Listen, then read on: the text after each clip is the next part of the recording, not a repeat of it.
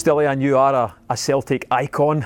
Let me take you back to where it all began, back to what's now known as Montana in Bulgaria. 1979, you were born.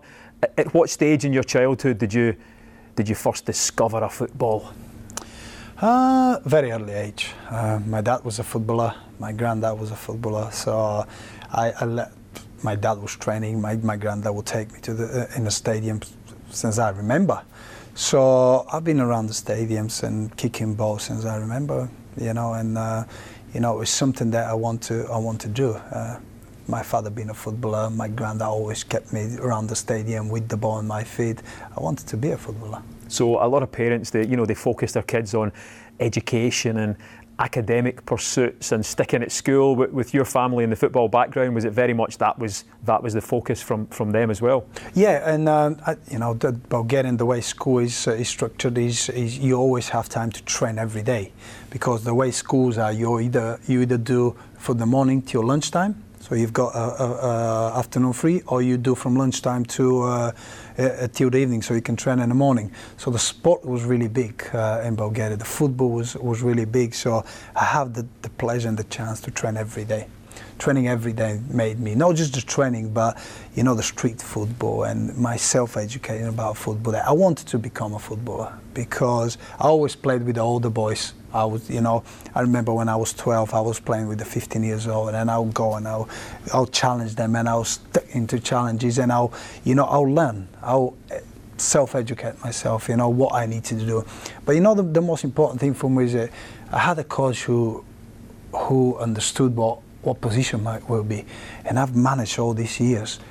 Now you see managers they try kids and midfielders and right wingers and right back and left back and down. No, I was lucky that they discovered I was a midfield. So I've worked on my offensive and defensive side of the game. I knew when the ball coming for wide, if I need to switch it, the body position, if I need to play forward. So that was very important for me, and I've managed to do that. And having my dad as a footballer and a midfielder as well. He was a great player as well, left footer. So he was a midfielder as well, so he could give me a lot of points. I've been in a lot of arguments with him, We had a lot of tough times together. He was very demanding. It was very demanding for me to do it right, to do it in the right way, and especially to work hard. This was his demands, and it happened every single day.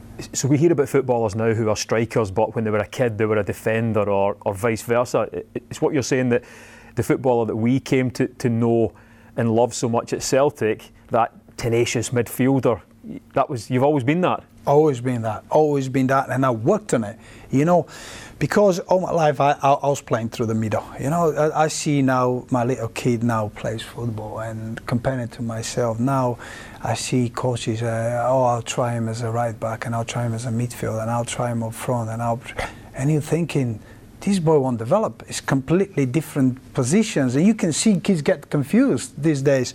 I wasn't confused. The coach picked me and said to me, that's what you need to work on, and they're working on it. The passing drills, it was designed for a midfielder, so you knew what you're doing. You know how to adapt, how to adjust when you're under pressure, when you have time, when to play a long pass, when to play shorter. It's completely different for me. Were you lucky enough to have a good local team when you moved from just playing around in the streets with your friends to more kind of structured football? Were you lucky in that the local team you joined was good? I was lucky that I had two very good coaches who at the time the club that I've played with, I remember having only 2 balls through the youth academy.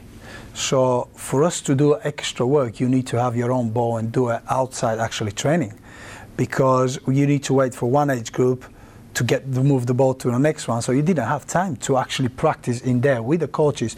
But I needed to listen. I need to make sure that I'll get the right things. And when I go back here, remember my dad for one Christmas got me a ball. It's the best present that happened for me, because I'll be out, I'll be practicing against the wall, passing left, right, outside, inside the foot, dragging the ball, knowing, this is that I need to work on. But I had one purpose and one dream, to become a footballer. And for me, that I knew that I wasn't gifted by every other kid. I actually need to work to improve my technique, to improve my fitness, because I wasn't that strong when I was younger, and I need to do that. And with the persistence and the desire, I think I got to where everything I've achieved. One of the big criticisms about society in general nowadays is that you don't see many kids out in the streets playing football. You don't see them in local parks playing football. It has to be arranged. The parks have to be hired. They're expensive, and perhaps that's the reason why we're not bringing through, as much talent, raw talent, as we did back in the day. Is that the same back home? When you go back home, do you still see kids in the streets playing football? No anymore. I think it's around the world, and you can see we see the biggest problem. We've lost the street football. We showed the fun of the game. I think the fun, because it used to be fun. We'll play building against building, and you will have every week, and then you play for your club, and then you play for your school. You don't have it. Hardly now you see in schools football as a sport. Now it's completely different. Not many schools does that. It's so many safeties now. It's just completely different environment, completely different era, and we see that the football starts suffering of producing good young players. Tell us about making the move to professional football. I think you were 18 when you joined CSKA Sofia. You were still young. How much was that a learning period for you? Well, I've made my professional debut when I was in Montana, 16 in Montana. He was playing in the Premier League. We had a very good team, very strong team. I was pulled out of school. I was 16. It was history, and my coach under 16 came and said to me that I've been injured. A few boys got injured the day before that for the first team, and the manager said that I'd like to take Stiliyan because I've trained a few times with them and they like my approach and the way I was performing. So I've made my debut when I was 16 for Montana. I left a year later. When I was 17, I moved to CSKA Sofia, which that was the champions of Bulgaria, one of the biggest clubs in Bulgaria, and it was a big challenge for me. Living a small town, living in the capital on your own, a club with a great history, demanding. I remember at that time they had 14 international players, 14 big international players. So it was difficult, but it was a great learning curve. And then I moved into the national service. That was some experience. I wasn't allowed to play for a year football because I need to do the national service. The last 6 months I was allowed to go out and certain days to do training. So 1.5 years I hardly played football. Was there any benefit to that, football-wise? Yeah, it teach me a lot. It teach me about respect, loyalty, and friendship, and responsibilities. And it's a big thing. When you want to be a good athlete, a good sport in any sport, you need to have these 4 elements. If you don't have it, it's very, very difficult. And work ethic, you must know what is right and what is wrong. If you don't do right things, you need to criticize your own self first than anybody else. And I've always been like that. And it worked for me. I don't know if it's the right thing, but it worked for me. And I've come a long way. And I always say to my kids, to people I see, your approach to yourself first is more important, and respect, loyalty, hard work, it's the most important things. Sometimes these days, you see a lot of calls now, people say hard work, big talent.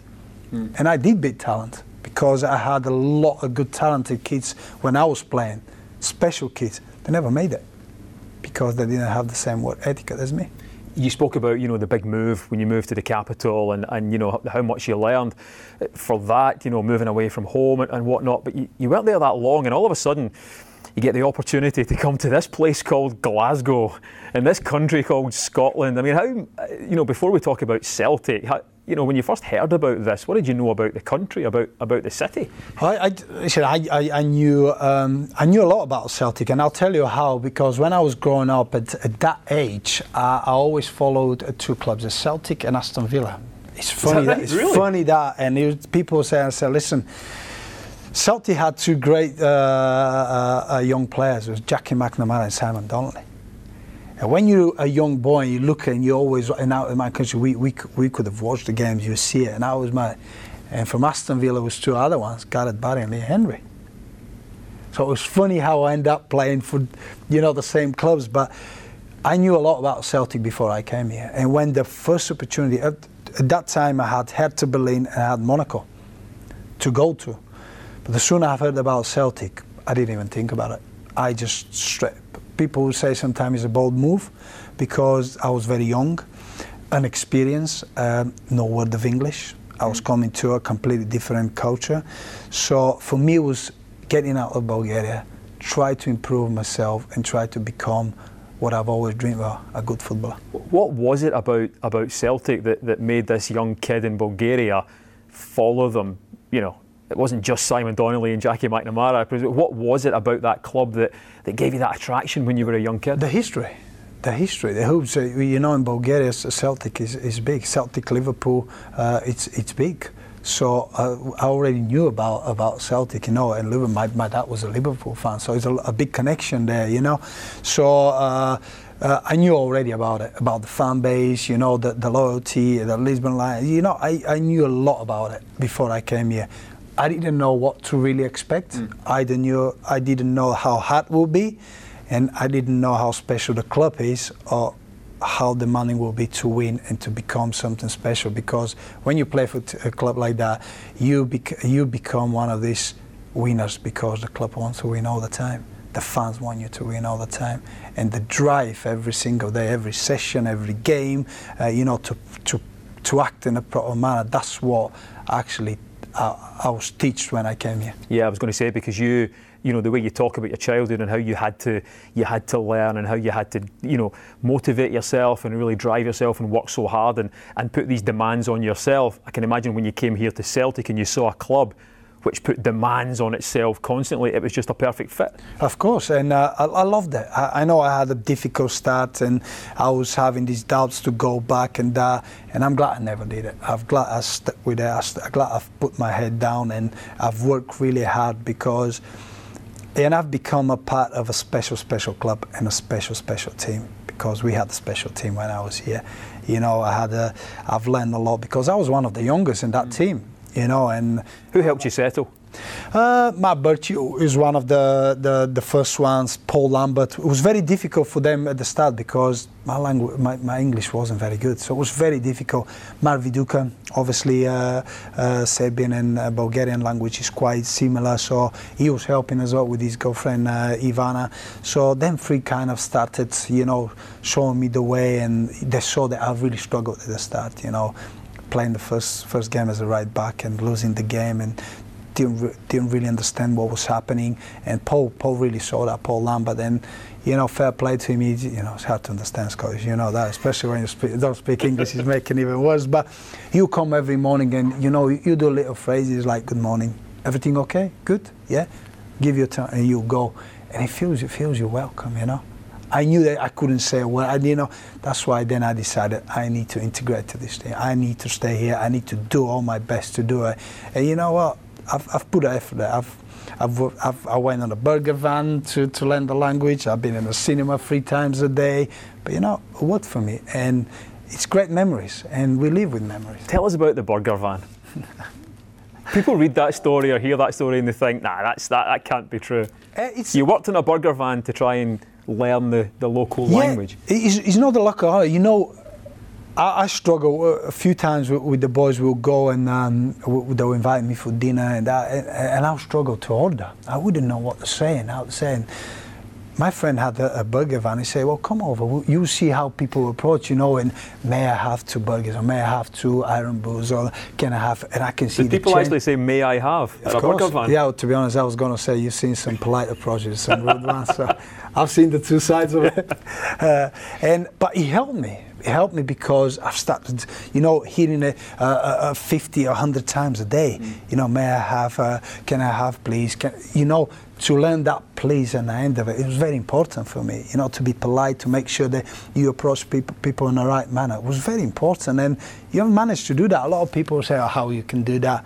It worked for me. It may not work for somebody else, but it worked for me, and I needed to adjust quickly and in the right way, because if I didn't, it would have been very, very, very big problem for me. What do you think when you hear players nowadays that say, "Oh, that move didn't work out for me because I just couldn't fit in. I couldn't understand the language. The culture just wasn't right." Does it make you think, "Oh, you should have made more of an effort"? Of course, I've come across. You mentioned this situation. I've got a friend, and he's playing in one of the championship, and he said to me, "There's a club wanting me. He's only an hour away," and he said, "I'll miss home."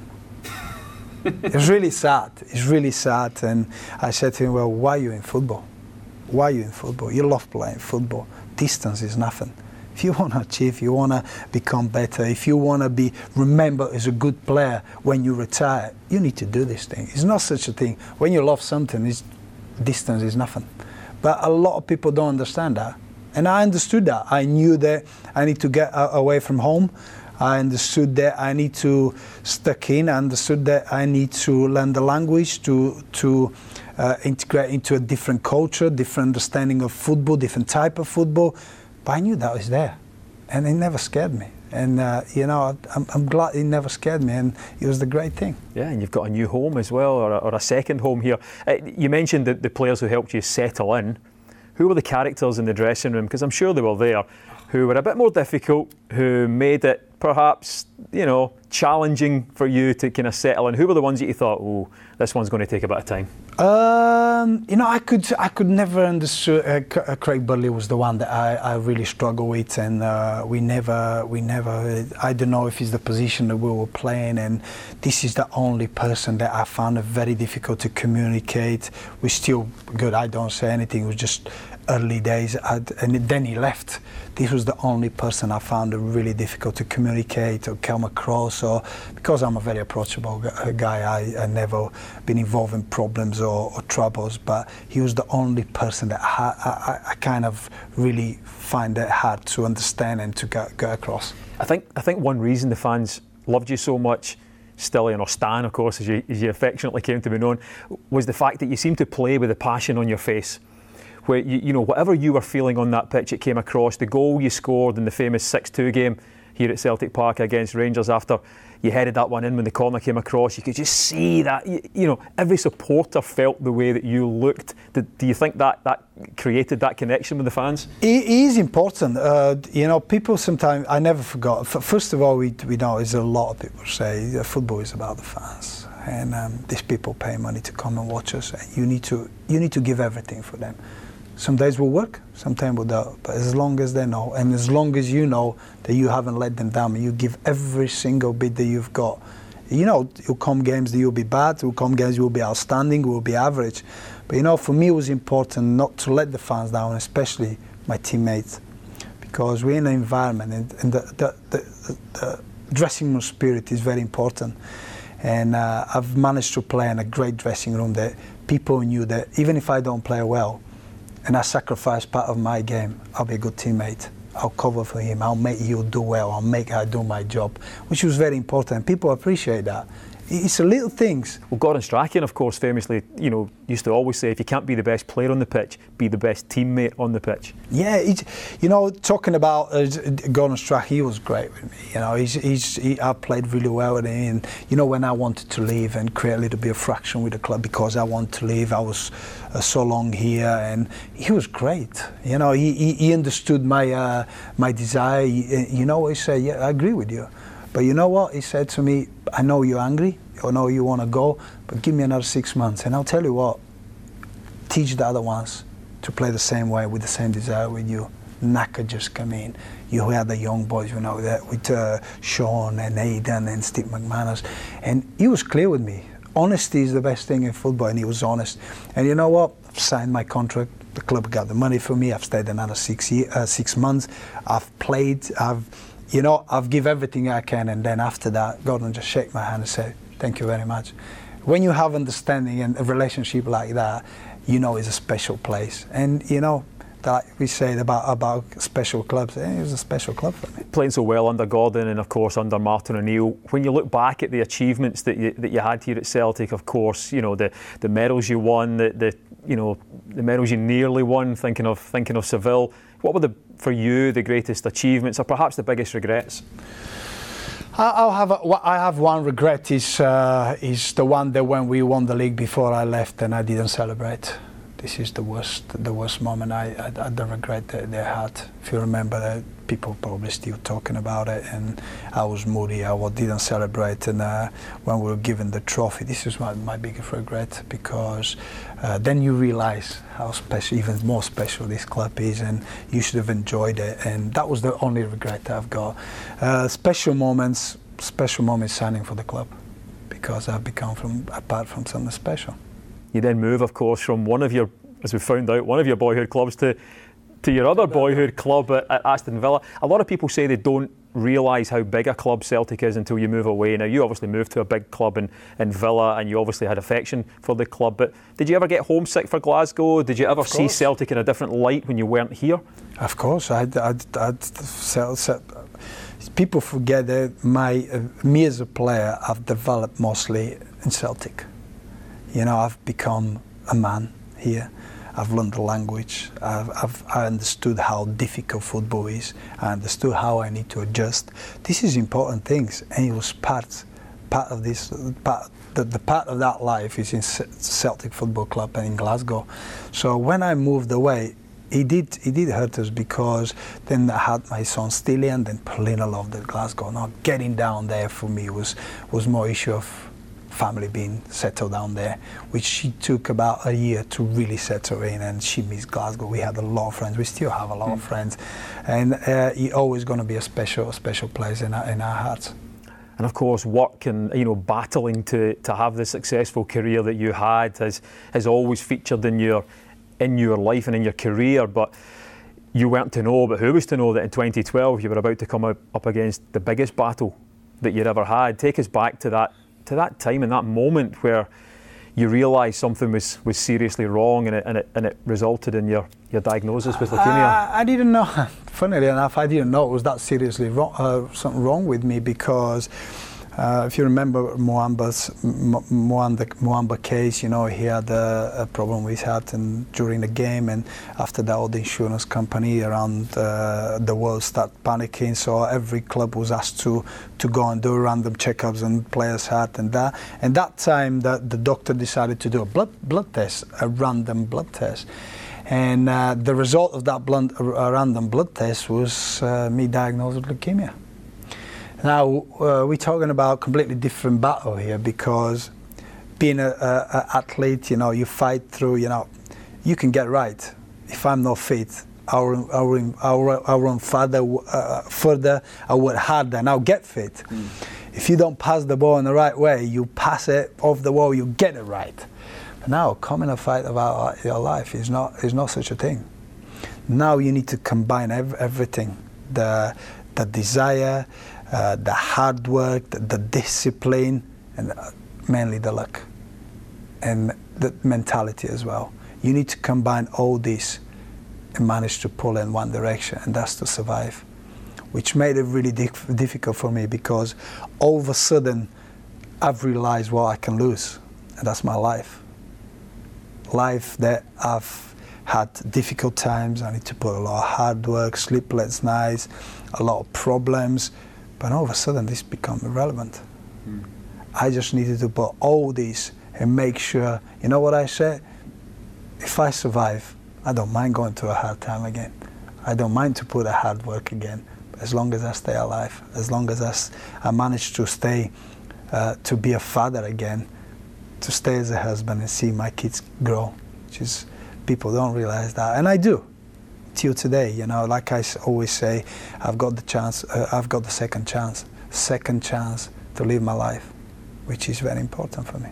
You seem to always live your life by certain sort of moral codes and ethical codes, and you were a hard worker. Has even that perspective on life changed since your diagnosis? Have you got a completely different outlook on life? I do. I appreciate little moments like smiling, getting up in the morning, ignoring problems. I know now that every problem has a solution.